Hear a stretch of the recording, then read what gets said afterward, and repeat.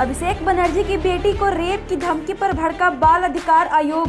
कोलकाता में महिला डॉक्टर की हत्या को लेकर विरोध प्रदर्शन के बीच टीम की महासचिव और लोकसभा सांसद अभिषेक बनर्जी की नाबालिग बेटी को रेप की धमकी दी गई। अब पश्चिम बंगाल बाल अधिकार संरक्षण आयोग ने इस मामले का स्वतः संज्ञान लिया है और तत्काल पुलिस और कानूनी कार्रवाई की मांग की है। आयोग ने अपने बयान में कहा, आयोग इस तरह के बयान की निंदा करता है और न्यायिक कार्रवाई की मांग करता है। कोलकाता कांड के विरोध में मार्च रोकने को पुलिसकर्मी तैनात। कोलकाता में शहर में विरोध प्रदर्शन के दौरान हिंसा की आशंका को देखते हुए विरोध मार्च नबन्नो अभियान के लिए भारी सुरक्षा व्यवस्था की गई है। नबन्नो पश्चिम बंगाल सरकार का सचिवालय है, जहां से राज्य सरकार काम करती है। इसमें मुख्यमंत्री और अन्य शीर्ष मंत्रियों और अधिकारियों के लिए कार्यालय है। पुलिस का यह भी दावा है कि उनके पास खुफिया जानकारी है कि इस मार्च में पुलिस को बल प्रयोग करने के लिए उकसाकर बड़े पैमाने पर अराजकता पैदा करने की साजिश की जा रही है। आरजेडी विधायक ने बिहार की मौजूदा स्थिति की तुलना महाभारत काल से की। राष्ट्रीय जनता दल के एक विधायक ने बिहार की मौजूदा स्थिति की तुलना महाभारत काल से की है। आरजेडी विधायक ने इसी के साथ यह भी कहा है कि पार्टी के नेता तेजस्वी यादव युधिष्ठिर की भूमिका में आकर राज्य में न्याय कायम करेंगे। तेजस्वी ने विधायक ने नीतीश को भीष्म पितामह, मांझी को द्रोणाचार्य और चिराग को कर्ण बताते हुए कहा कि ये सब अपने लोग हैं, लेकिन मजबूरी में अन्याय के साथ रहने को विवश हैं। तेज हवा से गिर गई छत्रपति शिवाजी की मूर्ति। पिछले साल पीएम मोदी ने किया था अनावरण। महाराष्ट्र के सिंधुदुर्ग जिले में एक किले में मराठा शासक छत्रपति शिवाजी महाराज की 35 फुट ऊंची प्रतिमा सोमवार को ढह गई। इस प्रतिमा का अनावरण प्रधानमंत्री नरेंद्र मोदी ने किया था। क्षति का अनुमान लगाया जा रहा है। प्रधानमंत्री नरेंद्र मोदी ने नौसेना दिवस के अवसर पर पिछले साल 4 दिसंबर को प्रतिमा का अनावरण किया था। वह किले में आयोजित समारोह में भी शामिल हुए थे। अब 30 नहीं 21 दिन में होगा शिकायतों का निराकरण। देश के नागरिकों की शिकायतों का निराकरण अब 21 दिनों के भीतर करना होगा। पहले यह समय सीमा 30 दिन की थी। प्रधानमंत्री नरेंद्र मोदी के निर्देश के बाद सोमवार को प्रशासनिक सुधार और लोक शिकायत विभाग द्वारा सभी सरकारी विभागों के आदेश जारी किया गया है। चीफ इनकम टैक्स कमिश्नर के घर पर ही पड़ गया आयकर विभाग का छापा। बिहार की सबसे बड़ी खबर सामने आई है। यहाँ आयकर विभाग ने बड़ी छापेमारी की है। इनकम टैक्स डिपार्टमेंट की टीम के मुख्य आयकर आयुक्त संतोष कुमार के पटना स्थित आवास पर छापामारी की गई है। आरोप का कहना है कि इनकम टैक्स के राशि के घालमेल में और टैक्स चोरी करने के एवज में वो घूस ले रहे थे। बताया जा रहा है कि झारखंड के धनबाद में एक बड़े कोयला कारोबारी से इनकम टैक्स को मैनेज करने के एवज में वो 10 लाख रुपए की घूस ले रहे थे। चंपा सोरेन को भाजपा ने साधा। झारखंड में कितना रहेगा असर? झारखंड के पूर्व मुख्यमंत्री चंपा सोरेन 30 अगस्त को भाजपा का दामन थामेंगे। असम के मुख्यमंत्री हेमंत बिस्वा शर्मा ने अपने सोशल मीडिया प्लेटफॉर्म पर यह जानकारी साझा की। झारखंड में कोल्हान के टाइगर के नाम से मशहूर चंपा सोरेन झारखंड की शक्तिशाली संस्थाल जनजाति से आते हैं। हरियाणा की सीटों को लेकर 29 अगस्त को भाजपा की मीटिंग। विधानसभा चुनाव को लेकर सरगर्मी तेज हो चुकी है। हरियाणा में उम्मीदवार की चुनाव के लिए 29 अगस्त को भाजपा के केंद्रीय इलेक्शन कमेटी की मीटिंग होगी, जिसमें हरियाणा के उम्मीदवारों के साथ साथ जम्मू कश्मीर की बची हुई सीटों पर भी उम्मीदवारों के नाम तय किए जाएंगे। मोदी के हनुमान चिराग सरकार को झटके पर झटके। केंद्र में एनडीए सरकार के तीसरे कार्यकाल को अभी 2.5 महीने ही हुए हैं, मगर खुद को प्रधानमंत्री नरेंद्र मोदी का हनुमान बताने वाले केंद्रीय मंत्री चिराग पासवान सरकार को झटके पर झटके देते जा रहे हैं। बिहार में अगले साल विधानसभा चुनाव होने वाला है। इससे पहले चिराग बीजेपी की मुश्किलें बढ़ा रहे हैं। इसे लेकर सियासी गलियारों में तरह तरह की चर्चाएं भी होने लगी हैं। तेजस्वी ने नीतीश और चिराग को बिना रीढ़ की हड्डी के सिद्धांतहीन लोग बता दिया है।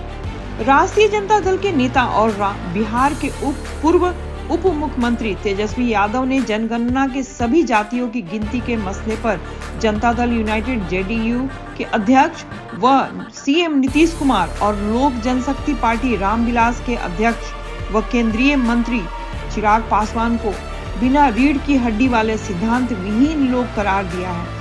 केंद्र सरकार द्वारा जनगणना की तैयारी की हलचल के बीच जातियों की गिनती करने पर राजनीति तेज है।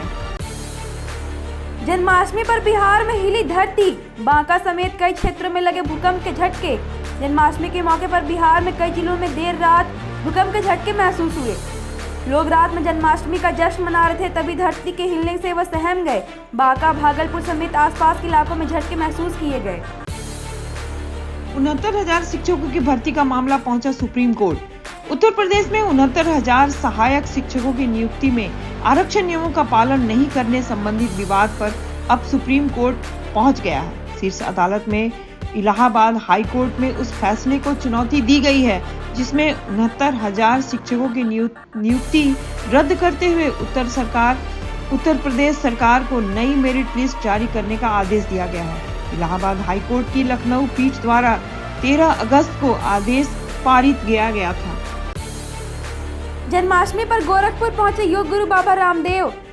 योग गुरु बाबा रामदेव सोमवार की शाम गोरखनाथ मंदिर पहुंचे। यहां उन्होंने बाबा गुरु गोरक्षनाथ के दरबार और ब्रह्मलीन महंत अवैधनाथ की समाधि पर माथा टेककर आशीर्वाद लिया। देर शाम उन्होंने मुख्यमंत्री योगी आदित्यनाथ से मुलाकात की। पहले हो सकते हैं दिल्ली में विधानसभा चुनाव। दिल्ली में विधानसभा चुनाव का बिगुल समय से पहले बज सकता है। राज्य चुनाव आयोग ने इसके लिए तैयारी शुरू कर दी है। राजधानी में फरवरी 2025 से पहले विधानसभा का गठन होना है। इसके चलते जनवरी के अंत और फरवरी में चुनाव की उम्मीद थी, लेकिन सूत्रों के मुताबिक चुनाव नवंबर-दिसंबर में हो सकते हैं। आपके 2 पार्षदों ने बताया क्यों ज्वाइन की बीजेपी। दिल्ली के सत्तारूढ़ आम आदमी पार्टी को नगर निगम में झटका लगा है। उसके 5 पार्षदों ने रविवार को बीजेपी ज्वाइन कर ली। इनमें से 2 पार्षदों ने बताया कि उन्हें पार्टी स्विच करने का फैसला क्यों लेना पड़ा। उन्होंने दावा किया कि उनके लिए निगम में कोई भी काम करवाना मुश्किल हो रहा था। आम आदमी पार्टी 1 सितंबर से शुरू करेगी आपका विधायक आपके द्वार अभियान। दिल्ली में विधानसभा चुनाव की तैयारी में जुटी आम आदमी पार्टी के विधायक आगामी 1 सितंबर से जनता के पास जाएंगे। इसके लिए आपका विधायक आपके द्वार अभियान चलाया जाएगा। आपके विधायक अपने मंडल एवं बूथ स्तर पर जाकर क्षेत्र की जनता के साथ संवाद करेंगे। बसपा के पूर्व विधायक असलम चौधरी पर यूपी पुलिस का बड़ा एक्शन। 2 करोड़ रुपए रंगदारी मांगने के आरोपी धौलाना से बसपा के पूर्व विधायक असलम चौधरी को मसूरी पुलिस ने रुड़की क्षेत्र से गिरफ्तार कर लिया। अदालत ने रंगदारी के मामले में असलम समेत उनके सहयोगी जुनेद टाटा और जुबेर टाटा के खिलाफ गैर जमानती वारंट जारी किए थे। बिहारी वाजपेयी के नाम पर नई पार्टी बनाएंगे यशवंत सिन्हा। राजनीति में दिलचस्पी रखने वालों की नज़र झारखंड में जाकर टिक गई है। पूर्व केंद्रीय वित्त मंत्री यशवंत सिन्हा चुनाव से पहले एक नई पार्टी का गठन कर सकते हैं। दिलचस्प बात यह है कि पार्टी का नाम पूर्व प्रधानमंत्री अटल बिहारी वाजपेयी पर रखा जा सकता है। जानकारी के मुताबिक हजारीबाग में रविवार शाम समर्थकों के साथ एक बैठक के दौरान नई पार्टी गठित करने का प्रस्ताव पर चर्चा की गई। चंपई सोरेन की बगावत पर जेएमएम का पहला रिएक्शन। झारखंड की राजनीतिक में इस वक्त भूचाल आया हुआ है। बगावत के बाद इसके बाद अब जेएमएम का पहला रिएक्शन सामने आया है। पार्टी ने कहा है कि बीजेपी में उनको वह तवज्जो नहीं मिलेगी तो जेएमएम से मिली। जेएमएम के नेता मनोज पांडे ने कहा कि जब तक चंपई सोरेन जेएमएम में थे तब तक उनको तवज्जो दी जा रही है। जैसे ही वो पार्टी को छोड़ेंगे जनता भी उन्हें छोड़ देगी। घूस लेते पकड़े गए बड़े आयकर अफसर। दिल्ली सीबीआई की टीम ने धनबाद के एक बड़े आयकर अधिकारी रिश्वत लेते गिरफ्तार किया है। बताया जा रहा है कि यह अधिकारी पटना से भी जुड़े हैं। जांच एजेंसी ने यह कार्रवाई इनकम टैक्स की राशि के और टैक्स चोरी के एवज में घूस लेने के मामले में की है। सीबीआई ने इस संबंध में प्राथमिकी दर्ज कर ली है। रांची जमीन घोटाले से हुई आतंकी फंडिंग। अलकायदा इंडियन सब कॉन्टिनेंट से जुड़े डॉक्टर इश्तियाक अहमद और लेक व्यू अस्पताल के संचालक बबलू खान के बीच काफी गहरे ताल्लुकात थे। इस बात का खुलासा सोमवार को बबलू खान से हुई ईडी की पूछताछ में हुआ है। ईडी को अंदेशा है कि रांची जमीन घोटाले वाले पैसे से आतंकी फंडिंग की गई। बबलू और डॉक्टर इश्तियाक के बीच लेनदेन के साक्ष्य मिले हैं। देंगे हेमंत कैबिनेट से इस्तीफा। झारखंड के पूर्व मुख्यमंत्री और राज्य के उच्च शिक्षा और जल संसाधन मंत्री चंपई सोरेन ने सोमवार देर रात भाजपा के वरिष्ठ नेता और केंद्रीय गृह मंत्री अमित शाह से मुलाकात की। इस मुलाकात के बाद असम के सीएम और झारखंड भाजपा के विश्व चुनाव सह प्रभारी हेमंत विश्व शर्मा ने चंपई सोरेन के 30 अगस्त को भाजपा में शामिल होने की घोषणा की। वहीं कहा जा रहा है कि चंपई 28 अगस्त को मंत्रिमंडल से इस्तीफा दे देंगे। विधानसभा चुनाव के लिए भाजपा और आजसू में फिर दोस्ती। झारखंड विधानसभा चुनाव में एक बार फिर भाजपा और आजसू पार्टी की साझेदारी होगी। पिछली बार 2019 के विधानसभा चुनाव में यह समझौता नहीं बन पाया था। दोनों दलों ने अलग अलग चुनाव लड़ा। नुकसान एनडीए और अजासू दोनों को हुआ। इस गलती के परिणाम को भांप लिया गया। इस बार इस गलती को दोहराने का जोखिम एनडीए नहीं लेगा।